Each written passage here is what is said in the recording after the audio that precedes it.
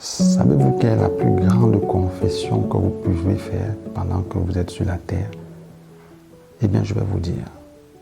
Il est écrit dans 1 Jean chapitre 1 verset 9, « Si nous confessons nos péchés, il est fidèle et juste pour nous les pardonner et pour nous purifier de toute iniquité. » Si nous confessons nos péchés,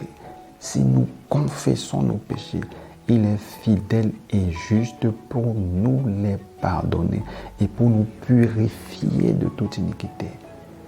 Bien-aimés, la plus grande confession que vous avez à faire et que vous devrez faire pendant votre existence sur la terre, c'est de confesser à Dieu vos péchés et votre péché. Pourquoi?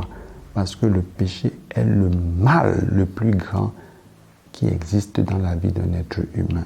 À cause du péché, vous pouvez vous retrouver durant toute l'éternité dans un lieu d'agonie, de souffrance terrible et atroce qui s'appelle l'enfer. Alors, si c'est la confession de ces péchés dans un cœur sincère, dans un cœur repentant, qui permet que Dieu efface ces péchés par le sang de Jésus-Christ, qu'allez-vous me dire? Quelle est donc la plus grande des confessions en dehors de celle-là? Je veux donc t'inviter à aujourd'hui confesser tes péchés à Dieu, renoncer à ces péchés et surtout vous repentir, parce que vous pouvez confesser vos péchés sans vous être repenti.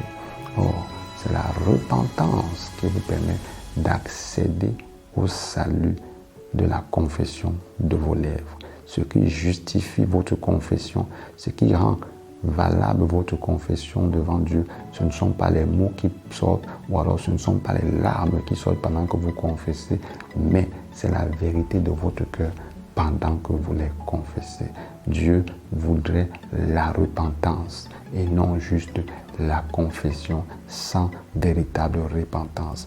La repentance signifie tourner le dos à ces péchés qui sortiront de votre bouche.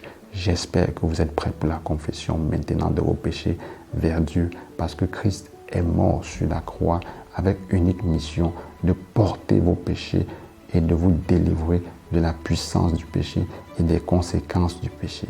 Voulez-vous maintenant confesser vos péchés à Dieu et recevoir Jésus-Christ en tant que votre Seigneur et votre Sauveur personnel? Si oui, alors mettez-vous à genoux où vous vous trouvez.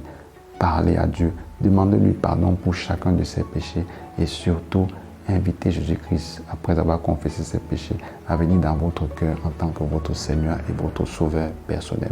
C'est alors que son sang puissant va vous laver, c'est alors que son esprit viendra habiter en vous, parce que c'est une nouvelle vie qui s'ouvre à vous, parce qu'après la véritable confession, on entre dans une nouvelle vie qui est la vie avec Dieu, qui est la vie de la nouvelle création, qui est la vie avec le Saint-Esprit.